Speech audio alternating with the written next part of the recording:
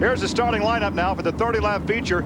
The Fast Six qualifiers are inverted. Steve Barth and Don Schilling occupy the front row. In the second row, Dan Drinan and Kenny Irwin. In row 3, your fastest qualifiers, Brian Gerster and Andy Michener.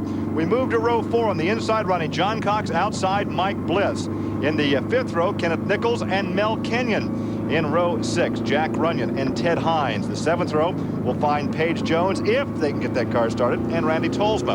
In the 8th row, inside is Mike Mason, outside 20-year-old college student Ravi Ott. In the 9th row, inside Jeff Sands, Tice Carlson will be outside row 9. The 10th row, Jimmy Kite, the 18-year-old from Georgia, and Chuck Leary from Greenfield, Indiana, and Tracy Hines and Tony Stewart will occupy row 11. Also tonight, the Wins Challenge. Saturday Night Lightning, which is on ESPN2, runs in the rain at the go-karts. But they don't with these midgets. There is the green flag. Will triumph once again, and Schilling gets the good jump this time in the black 22S car. That was almost an identical start for the front row. Schilling jumped into first place. Kenny Irwin jumps into second place. Again, we're in the back of the pack with Kite going back down into turn 3. And look at those cars jockeying. Oh, look at the sparks. 4th of July is passed.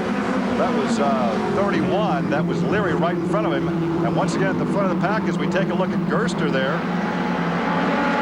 Don Schilling leads the pack. Kenny Irwin in second. And look at Danny Drinan down on the bottom. Going to slide right up. Oh, boy. Just as he did in his heat race. Very, very close. He didn't give Kenny Irwin much room, but Irwin never backed out of the throttle. You know, we've talked to him a number of times in victory lane after some heat races, but it's been a while since we talked to him after a feature victory.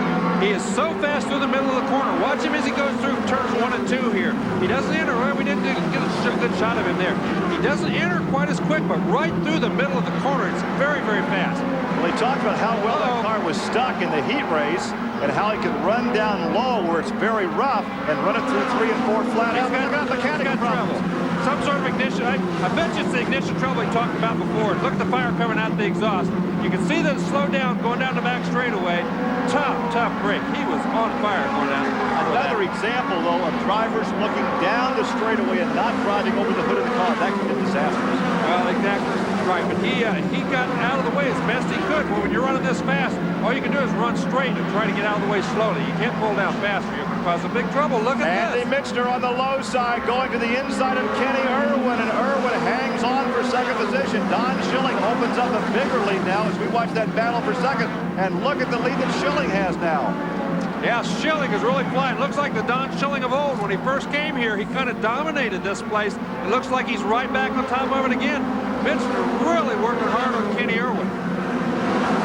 Well, remember, this is a 30-lap event, but if it rains, 15 laps will constitute a full race. These guys know that there is a threat of rain now. We've had some sprinkles, so it's important to be up in front should the rains come. Well, they're going to run for everything they're worth. They're going after everything right now. Andy Michener, Kenny Irwin, they're both working their tails off. One trying to stay in front, the other one trying to get past. Kenny Irwin right now wiggles just a little bit right there. Oh, they almost touch. Man, oh man, you can't get much closer to that. I think Gerster moves up in 4th position. Now he closed in a bit. Well, that's because both those other guys are trying to catch their breath after they almost ran into each other up there. Oh, look how low the 9 car is on the racetrack. Kenyon up on the high side, the yellow 61. Page tried to get around him. He tried everything to slide right up in front of him. Wasn't up far enough. There he goes, round up. Moves Kenyon right over to the fence that time. Now here comes Tice Carlson in the white 7 car. He goes around Kenyon. And there is Jack Runyon, the red 71, the Jack's Tool rental. Carlson's doing the Winchester wiggle there, but he's going fast. Dave, you got somebody down there? About the only thing we can add is, Larry, that Dan Drinan just doesn't want to talk. He's very unhappy. Drew kind of nodded when we asked about electrics, but Drinan said, please, not right now. You have to feel for him. He's been so fast. He does his own engineering, his own building. And by golly, Lady Luck has simply looked the other way. That black car going under Mel Kenyon right there was Tony Stewart. He's moving his way up. We're back with Michener. This Michener in a white car, Kenny Irwin in a black car. Still trying to get around him. Still hasn't been able to pull it off. He goes in high. Let's see if he can go in high and dime it off the bottom. That's what he's going to try to do. Can he do it? He's up the side of it, but not enough speed down the straightaway. There he goes in again. This time he's going to try. Oh, that time Kenny Irwin went in lower than he thought. Almost caused Michener to spin. I think he anticipated Irwin sliding up the racetrack a little more, and there wasn't much room when he got to the middle of the corner. Looking back in traffic, it looks like that Tony Stewart is up to about 10th position right now after starting 22nd. And he still has a lot of laps to go. 15 laps down, 15 laps to go. He's still working on Mel Kenyon. That is Tony Stewart right there. He's now, no, I'm sorry, that's Robbie Ott. That's Robbie Ott in the black 15 car. The black 22 is Stewart. And there is that battle for second again.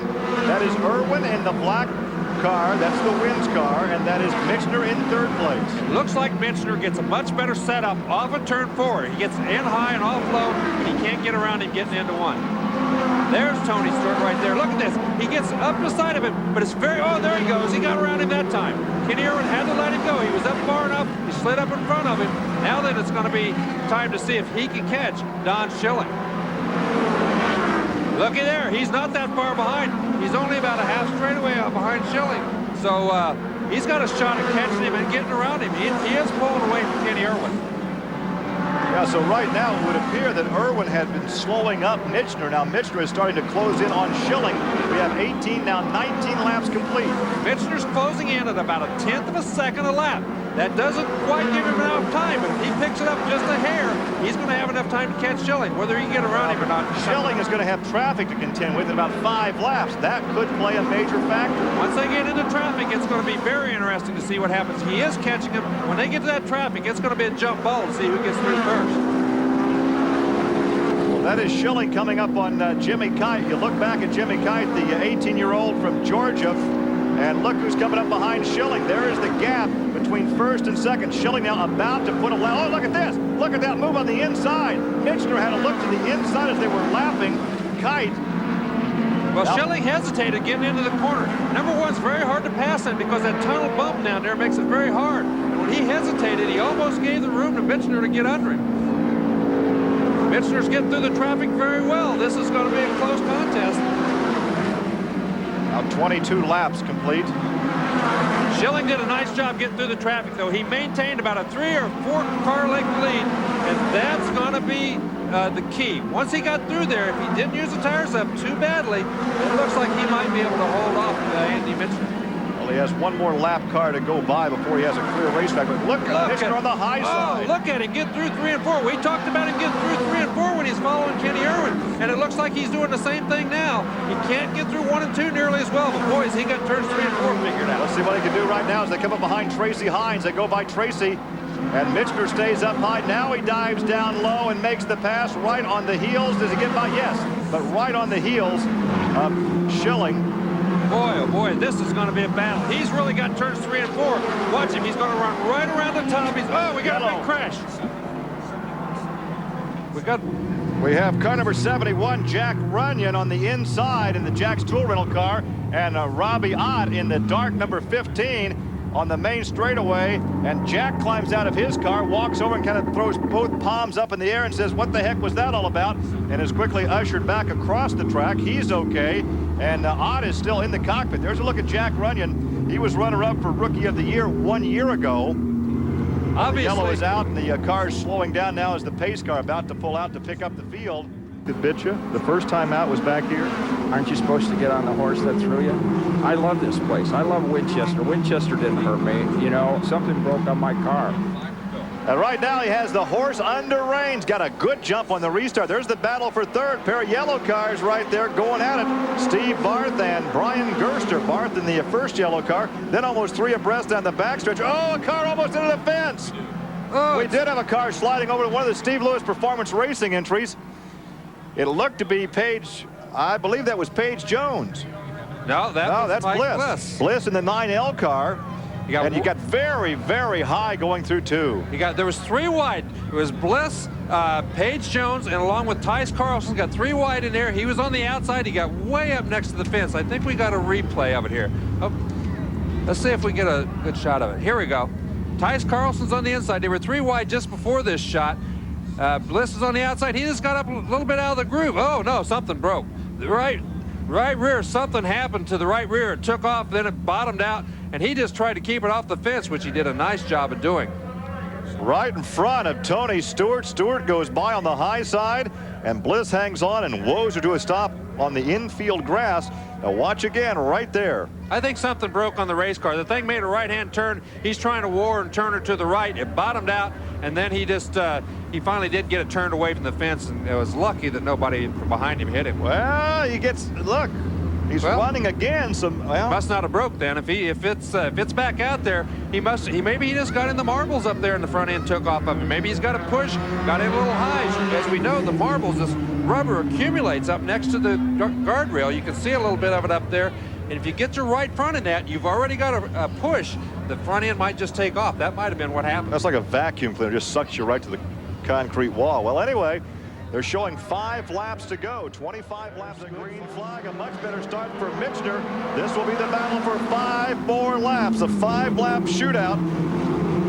Tice Carlson is really aggressive in that white number 7. He tried to get in there under Paige Jones. Couldn't quite do it.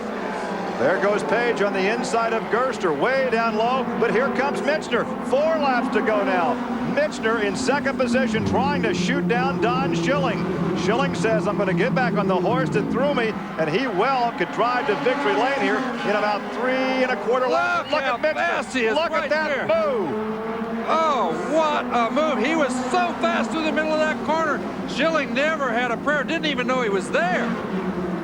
Well, now with a couple of laps to go, Mitchner, you hold your breath and keep your foot in it and have to believe in your race car. And now, look at back in the pack. Look back there, it's Paige Jones and Tice Carlson. That was Tice Carlson putting that big slide job on Paige Jones. He's all sideways in front of him. Man, oh man. We'll see the white flag the next time by for your leader, Andy Mitchner. Drives her up close to the fence. Look how close he was to the wall coming through 4. There is the white flag. 1 lap to go. Schilling rides in second. Barth is third.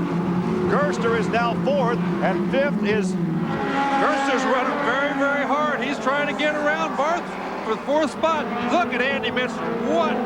What a victory. He deserved that. Checkered flag. What a job he did. Oh, we got a problem on the low side. Hang on. That was Paige Jones trying on a last-ditch effort to go by Tice Carlson. And look at the jubilation. Look how happy. We have not seen that much example of jubilation since Jeff Gordon won. That was the kind of thing that Jeff Gordon did. He was so happy.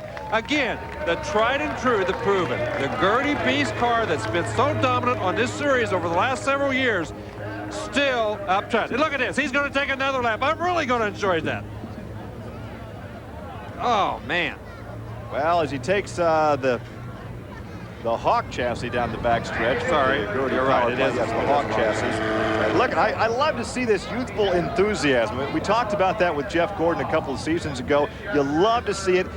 He had the confidence. He's talked about that earlier today, about his confidence. And he made that pass, and that had to really get the adrenaline flowing. He was pumped up. You could tell he was running faster through 3 and 4, but he'd been running faster on the high side, but he decided he just couldn't do it on the high side, so he just drove that thing down in there, never lifted, turned her to the left, and hoped that he could slide right up in there and not slide all the way to the fence, and that's what he did. He slid clear to the top, and he did it. He was sideways all the way, but he kept it off the fence, kept the lead, and won the race. What a move.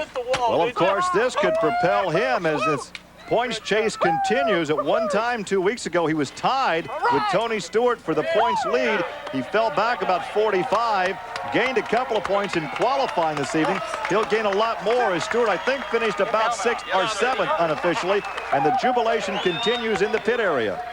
Stewart finished 7th this evening, and we're waiting for him to get the helmet off as the crowd, certainly a fine, educated racing crowd this evening, very appreciative of what he did with that pass and the victory here at Winchester. So we'll take a break, come back to East Central Indiana and have a victory interview.